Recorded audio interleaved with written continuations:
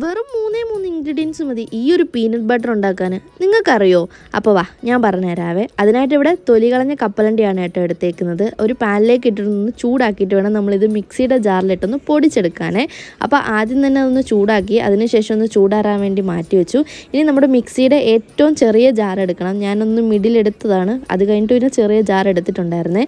അങ്ങനെ നമ്മൾ അതിലിട്ടിട്ട് ഒന്ന് കറക്കി എടുത്തിട്ട് അതിലേക്ക് ആവശ്യത്തിനുള്ള കുറച്ച് ഉപ്പിട്ട് കൊടുക്കുക. പിന്നെ നമ്മൾ മധുരത്തിനായിട്ട് കുറച്ച് തേൻ ഒഴിച്ച് കൊടുക്കുക. ഓപ്ഷണലാണ്. ഇതാണ് നമ്മുടെ മെയിനായിട്ടുള്ള 3 ഇൻഗ്രീഡിയൻസ്. പിന്നെ നന്നായിട്ടൊന്ന് അടിച്ചെടുക്കണം കേട്ടോ. അടിച്ചെടുത്ത് കഴിഞ്ഞ് ഒരു ടൈം ആകുമ്പോൾ ഈ ഒരു കൺസിസ്റ്റൻസിയിലെത്തും. ഇത് നമുക്ക് ലൂസാക്കാൻ വേണമെന്നുണ്ടെങ്കിൽ ഇതിലും കട്ടിയായിട്ട് എടുക്കാം, എങ്ങനെ വേണമെന്നുള്ളത് നിങ്ങളാണ്. വളരെ സിമ്പിളായിട്ട് അതും ഹെൽത്തി ആയിട്ട് കുഞ്ഞു മക്കൾക്കൊക്കെ കൊടുക്കാൻ പറ്റുന്ന ഒരു അടിപൊളി ഐറ്റമാണ് കേട്ടോ. നമ്മളിനി കാശൊന്നും കളയേണ്ട, സ്പ്രെഡൊക്കെ വാങ്ങിച്ച് ഇതിന് പുറത്ത് നല്ല റേറ്റിംഗ് ഉണ്ട്. പക്ഷേ ഇത്രയും ടേസ്റ്റിൽ എൻ്റെ പൊന്ന് ഒരു വട്ടെങ്കിലും ഉണ്ടാക്കി നോക്കണേ. അപ്പോൾ ഇതേപോലെ വീഡിയോസൊക്കെ ഇഷ്ടമാണെന്നുണ്ടെങ്കിൽ കൂടെ കുടിക്കോ.